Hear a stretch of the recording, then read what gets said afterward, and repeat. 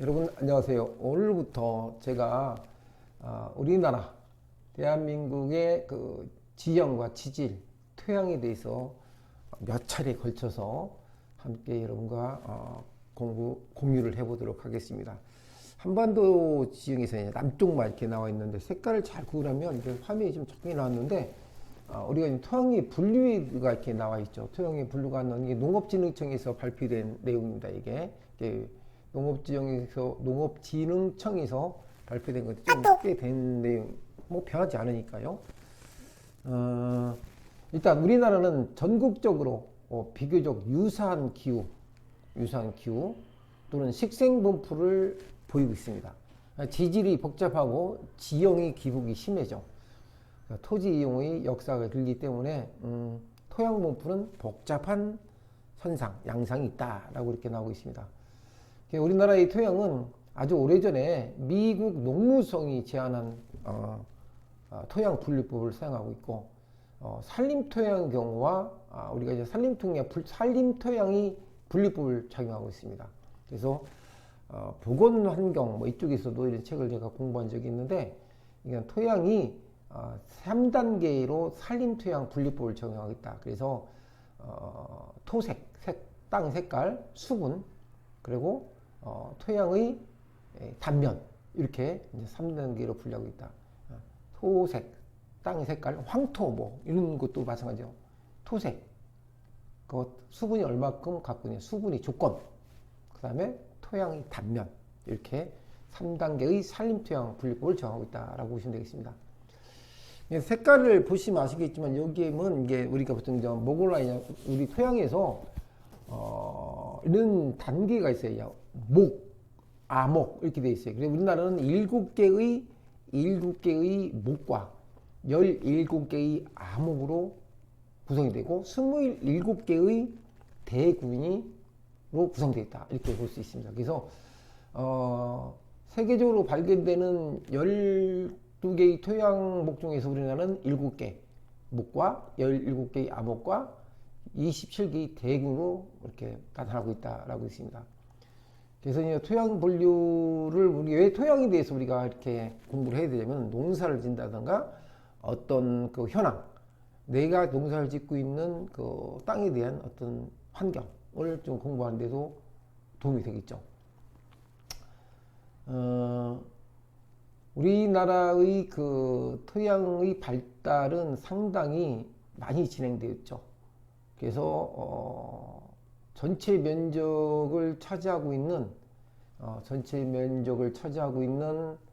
뭐라 할까요? 우리가 이제 이런 용어가 있는데 여러분도 조금 참고로 알고 계시면 좋겠죠. 참고로 알고 계시면 좋겠는데 뭐 인터넷 가서 검색해놓은 이런 새로운 용어다 보니까 잘 이해를 못 하시는데 인셉티술이라는 게 있습니다.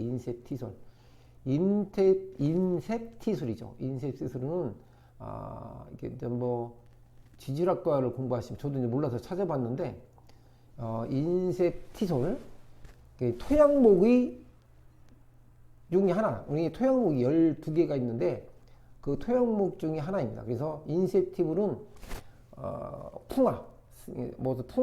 풍화된 및 퇴적된 것이 많이 상당히 발달된 풍화와 퇴적된 후 약간의 단면 발달을 보이는 토양에서 우리가 이런 걸 갖다가 인셉티술을 합니다. 그래서 쉽게 말씀드리면 인셉티술은 무기질의 토양이 몇 cm까지 있느냐, 또는 무기질의 토양이 토심이 어떠냐, 이런 것들, 또는 무기질의 토심이 200cm 이내에 있다, 이런 걸 갖다가 뭐 하느냐, 무기질의 토양의 토심이 150cm 이렇게 있을 때 이렇게 말씀드린다면 토색이나 또는 그 구조의 발달을 말할 때 보는 것이 바로 인셉티술이라고 합니다. 인셉티술. 조금 어려운 단어지만 인셉티술은 완전 그 토양의 발달 정도가 낮은 토양과 또 세계적으로 광범위하게 분포가 되어 있는 것을 갖다가 인셉티수라고 볼 수 있습니다. 토양의 발달 정도가 낮거나, 그렇죠. 그래서 세계적으로 광범위하게 이렇게 분포되어 있는 이런 걸 갖다가 우리는 보통 인셉티솔, 여기죠. 이렇게 표시하는 게 낫겠죠. 그래서 토심에 대해서 이 표시는 토심이 어떻다, 몇 센티미터에 뭐가 있다, 이런 것을 표시하는 것을 보시면 되겠죠. 인셉티솔, 그러니까 토양이 발달이 낮은 단계, 이것이 유사하게 나타나는 것은 우리가 이제 우리 지역에 따라 다를 수 있겠죠. 지표 환경의 변화가 심하다는 것을 보여준다라고 보시면 되겠죠. 지표의 환경 변화가. 그래서 우리 이제 경사지에는 토양이 침식으로 인해서 계속 그 표토층이 지속적으로 유실되죠. 그래서 우리는 이것이 이제 위속되면서 계곡이라든가 하천변에는 퇴적물들이 계속 쌓이게 되기 때문에 이 토양이 그 분화가 잘 일어나지 않습니다. 쉽게 말씀드려서, 그렇죠? 계곡이라든가 하천에는 퇴적물이 계속 쌓이기 때문에 그 표토층에서 유실되기 때문에 여름에는 비가 많이 오잖아요. 여름에는 어떤 지역별로 뭐 이제 지구의 온난화로 인해서 어떻게 국지적으로 이렇게 많이 오지만 하여튼 어쨌든 간에 여름에는 비는 많이 옵니다. 여름에 비가 많이 오는 강우는 토양의 침식을 아주 빨리 가속화시키는 중요한 요인이 되겠죠. 그렇죠? 왜냐하면 그 고온 다습한 여름의 기후는 토양층이 유기물들이 축적을 어렵게 만들어져요. 이렇게 쌓이기 어렵게 만들죠. 고온 다습하기 때문에. 그래서 토양 형성을 아주 약화시키는 그 시기가 여름이라고 보시면 됩니다. 그래서 그때 당시에 그의 여름에 어떤 작물을 재배하느냐에 따라서 그 여름, 겨울, 가을, 겨울, 봄 뭐 차이가 있겠죠. 그래서 마찬가지로 겨울철도 우리 이제 결빙이라죠. 겨울철도 결빙 작용이 많아서 또 토양층의 어떤 분화를 어렵게 만드는 요인이 되죠. 그래서 여름과 겨울은 고온 다습하고 토양층의 유기물을 축적을 어렵게 만들기 때문에 토양 형성을 약화시키는 기간이 여름이다. 그때 어떤 작물을 심는다든가 그럴 때는 상당히 조심해야 되겠죠. 자, 그래서 우리의 전체 면적은 남한의 전체 면적이 전체 면적 중에서 토양층이 거의 발달되지 않아 있어요, 우리나라가. 굉장히 수기가 불량스러운 곳이 많다는 얘기죠. 그래서 안반이 많잖아요. 불량한 토양이 많기 때문에 우리가 일반적으로 얘기하는 그 인셋티수라고 했죠. 인셋티술, 그런 것이 많이 형성이 안 돼 있다라고 보시면 되겠죠. 그래서 우리는 이런 걸 갖다가 보통 뭐라고 그러냐면 토양 사전인데 토양에 나오는 얘기인데 엔티솔이라고 돼요. 엔티솔. 이것은 토양이 생성된 연대가 오래되지 않아서 그 구조나 발달 과정이 이렇게 발달되지 않는, 또는 쉽게 말해서 발달되지 않는 토양이 바로 이제 엔티솔이라고 합니다. 우리나라에서도 많이 볼 수 있는 거죠, 엔티솔은. 그래서 우리가 어느 지역에 가면 어떻게 돼 있고 어느 지역에 가면 이렇게 이제 우리가 쉽게 말하면 암태석이 많아요, 우리나라가. 암태석이 많기 때문에 지질학에서. 그래서 우리 이제 낙동층이라고도 하는데, 일단 토양 생성대가 작기 때문에 어떤 생물이 자라는 환경에서도 좀 좋지 않은 영향을 가질 수가 있죠. 그래서 그 지역 분포도를 보면 우리나라의 그 지질이라든가 아까 제가 말씀드린 대로 토양 현황을 잘 봐서 그 토양 현황에 맞는 작물을 재배하는 것이 좋다라는 걸 참고로 말씀드립니다. 나중에 이제 뒷부분에 대해서 제가 토양 조사라든가 대한민국의 대표 토양은 어떻게 돼 있고 토양이 어떻게 연접되어 있고 이런 거에 대해서 설명을 또 제가 한번 해보도록 하겠습니다. 우리나라는 쉽게 말해서 안반층이 많다라고 보시면 되겠죠. 너무 길게 하면 좀 지루하니까 조금씩 짤막하게 끊어서 제가 강의를 내용을 공유하도록 하겠습니다. NT술은 쉽게 말해서 역사가 짭딱이 있죠. NT술은 수분을 보유할 수 있는 능력이 약해요. 그러니까 우리가 말하는 마사토 같은 거라든가 이런 것이 그 보유할 능력이 약하다면은 영양분도 부족할 수밖에 없겠죠. 토양 내의 영양분도 부족하기 때문에 그냥 우리가 보통 얘기는 그 땅은 척박한 땅이다. 뭐 심어도 잘 안 된다. 이렇게 되죠. 그런데 그런 땅에다가 어떤 걸 심은 작물을 어떻게 심어야 될 것인가는 계속 연구하고 발전하고 있죠. 그래서 이제 NT술은 아까 말씀드린 대로 거의 토양층이 발달되지 않아서 수분 보유할 수 있는 능력이 없다. 그렇죠? 그래서 그리고 없다면 다시 말해서 토양 내의 영양분도 부족하다라고 보면 되겠죠. 이렇게 척박한 토양으로 분류되기도 하고 현재까지 우리나라의 그 NT술로 분류되는 그 토양이 아까 저는 뭐라 했어요? 분류에는 목과 있고 암흑이 있다고 했잖아요. 그래서 몇 개의 목과 7개의 목과 14개의 암흑으로 분류된다. 이렇게 17개 암흑으로 분류된다고 말씀드렸죠. 그래서 우리가 이 목과 암흑, 토양이 목과 암흑으로 분류되는 현상을 보실 때 주로 우리는 이제 산맥이 있잖아요. 산맥. 무슨 산맥 있죠?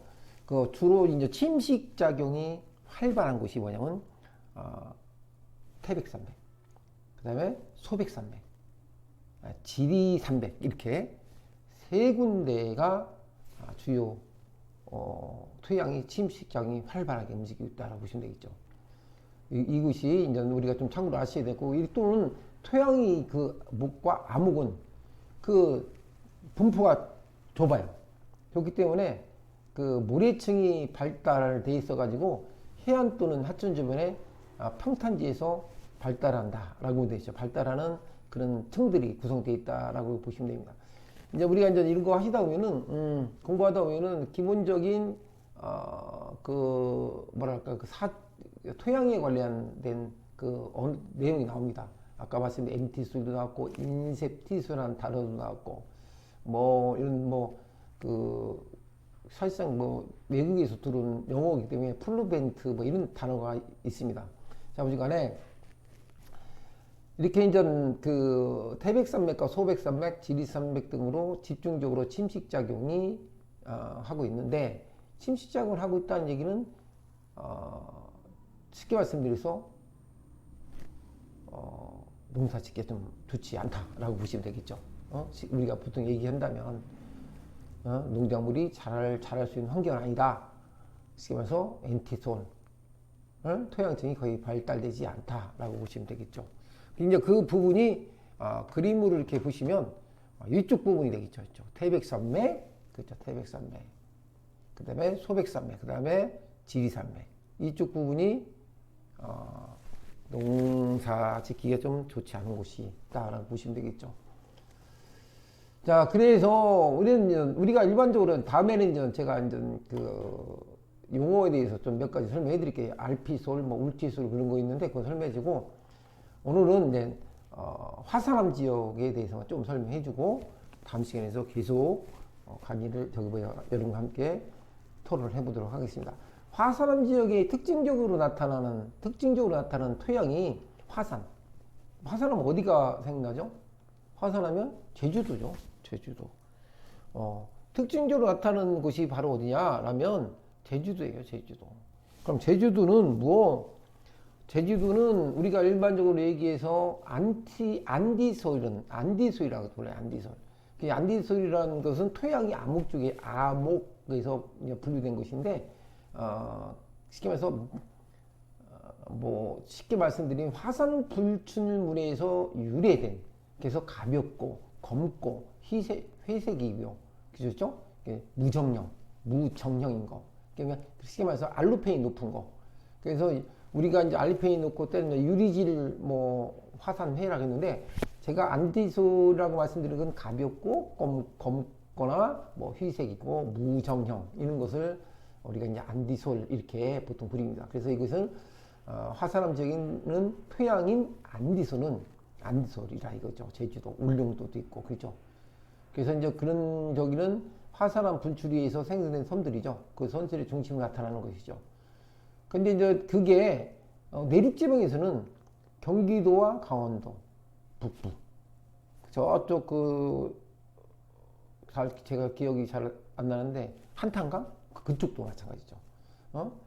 경기도 강원도 북부 태백산맥과 토백산맥에 또 여기도 화산암 지대로 약간 국지적으로 포함되어 있죠. 그렇죠? 거기도 가시면 이렇게 옛날에 화산이 폭발된 포천 그쪽 좀 몇 군데가 있습니다. 거기도 농사를 짓는데 쉽게 말해서 아까 말씀드린 안디솔이 발달된 곳이다. 그래서 그렇게 보시면 되겠죠. 거기도 어떤 그러니까 우리 농사를 짓을 때는 척박한 토양이라는 말을 많이 들어봤잖아요. 농사를 지을 수 없는 토양. 근데 어디에서는 어떻게 잘 되고 어디에서는 어떻게 잘 된다는 것은 물과 공기 또는 뭐 인간과 환경이 같이 공존하면서 살 수 있는 그런 환경이 조성된 곳이 좋죠. 아무래도 사람들은 농사를 지을 환경이 좋은 곳을 찾아서 주거지를 이루고 생활했기 때문에 옛날 뭐 구석기나 신석기, 석기시대 다 마찬가지죠. 그렇게 우리가 그런 환경 속에 해안에서 하천주변에서 왜 사람이 많이 살았느냐라고는 물을 구할 수 있고 거기 아까 말씀드린 토양이 퇴적물들이 계속 쌓여있기 때문에 선상지나 계곡부, 하천변에는 쌓여있기 때문에 토층 분화가 잘 일어나지 않아요. 잘 일어나지 않기 때문에 쉽게 말해서 깎여내리고 일어나지 않기 때문에 퇴적물이 많아가지고 유기물을 이렇게 잘 활용할 수 있어서 많이 살았었겠죠. 그래서 이제 아까 말씀 화산 지역이 이제 국지적으로 이제 포함되어 있다고 보시면 되죠.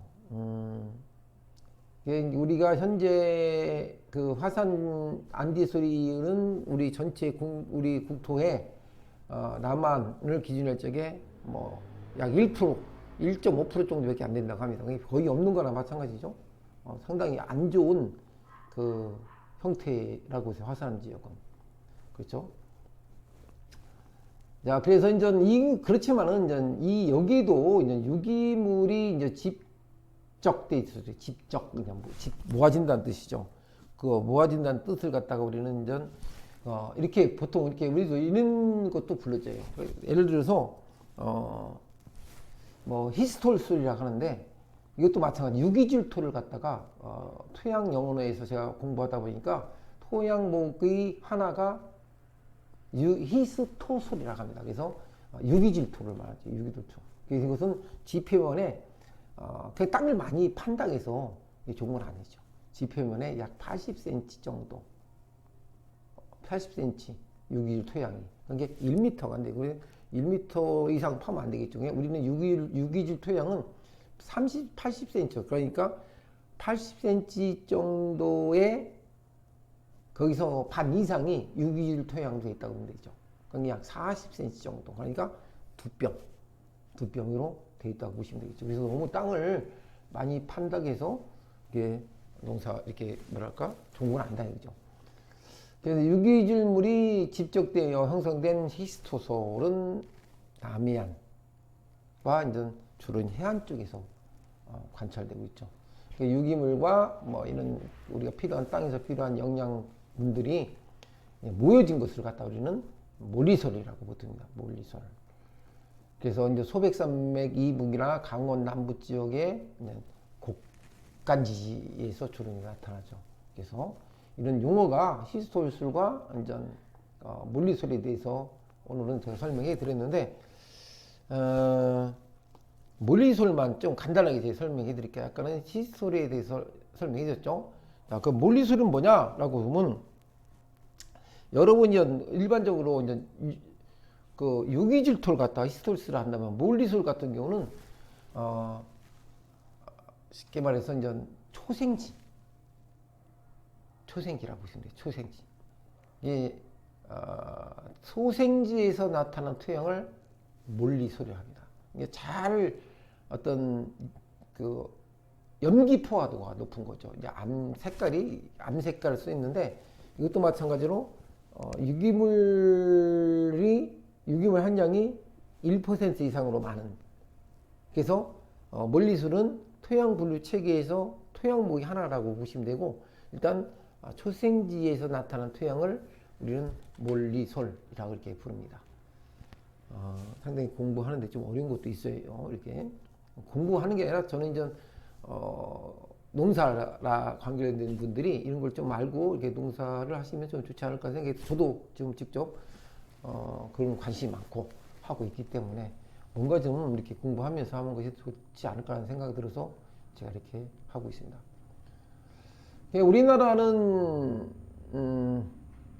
토지의 황폐화가 돼 있었죠. 그런데 전 세계적으로 이제 산업화하는 과정에서 이런 전쟁도 있었고, 그죠? 전쟁도 있었고, 또 더군다나 우리나라 전체의 땅의 80% 이상이 산이고, 그리고 아까 말씀드린 안반이 많고, 땅을 좀만 파도 우리나라 안반이 나옵니다. 안반이. 그러니까 뭐 이렇게 그렇게 많이 파지 않아도 안반이 나오죠. 근데 참 역사, 이게 정치 이렇게 보면은 우리나라가 저전에 국제적으로 토지 황폐화를 성공시킨 나라로 잘 알려져 있어요. 전 세계적으로 참 대단한 나라죠. 응? 대단한 민족이죠. 대단한 민족. 1960년대, 70년대에 50년대 전쟁을 치르고 60년대, 70년대에 상당히 많은 토지 황폐를 극복을 했다라고 알려져 있습니다. 80년대는 아니고 60, 70년, 60년, 70년, 80년대 초반까지 그때까지가 우리나라의 국토 황폐를 성공시켰다라는 것이 인전 논문에도 이렇게 나와 있는 걸로 제가 봤습니다. 그것은 하나가 뭐냐면은 그냥 살림만 했다는 얘기죠. 자, 그전에는 뭐 화전과 산림 벌채, 일본이 조선시대 말에 얼마나 일본에서 그 땅이 산들이 황폐해졌었죠. 일제강점기에서. 한국경제도 거치면서. 이 산림 파괴와 그에 따른 토지 황폐화가 엄청나게 진행되어 있었는데 1970년대에 1960년대에서부터 시작해서 1970년대에 급격하게 이 경제 발전과 황폐지 산지를 그냥 풍부한 산림 지역으로 완전히 변모시키게 되어버렸죠. 그래서 그에 따른 토양의 질이 향상된 겁니다. 이런 토지의 황폐를 극복하기 위한 노력은 지속돼야 되겠죠. 그런데 이제 워낙 많이 개발되다 보니까 거꾸로 우리나라가 어렵게 그 오랜 기간의 화전과 산림 벌채라는 조선시대 말에 그 일본인들이 그렇게 해했던 것을 극복하고 60년대와 70년대에 거쳐서 해왔는데 산업의 경제화와 따라서 너무 이제는 어떻게 될까요? 성공 사례가 성공을 했는데 이제 거꾸로 아까 제가 말씀드린 대로 토양이 형성이 약화되고 있다. 이렇게 되는 거죠. 그런 게 쉽게 말해서 토양이 표피층이 지속적으로 유실되고 있다는 얘기죠. 토양 침식이 지속되고 있다. 지표 환경의 변화가 심하게 변하고 있다. 라고 보시면 될 거죠. 그럼 토양 침식이 가속화로 생기는 것은 아까 말씀드린 대로 고온 다습한 여름 기후에 생긴다고 했지만 토양치기 유기물이 축적이 너무나 어렵게 되는 거죠. 이는 그 산림이 파괴와 땅 개발해가지고 아파트 짓고 건물 짓고 엄청나게 많지 않습니까? 지금 이게 단순하게 받아들일 것이 아닙니다.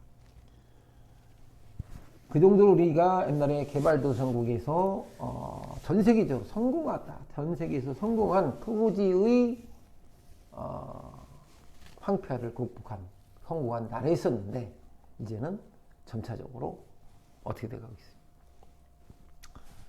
잘못돼 가고 있는 거죠. 자, 오늘은 제가 여러분과 함께 우리가 사는 토양의 현황에 대해서 대략적으로 공부를 해봤고, 다음에는 토양이 어떻게 분포가 되어 있는 것에 대해서 함께 공부해 보도록 하겠습니다.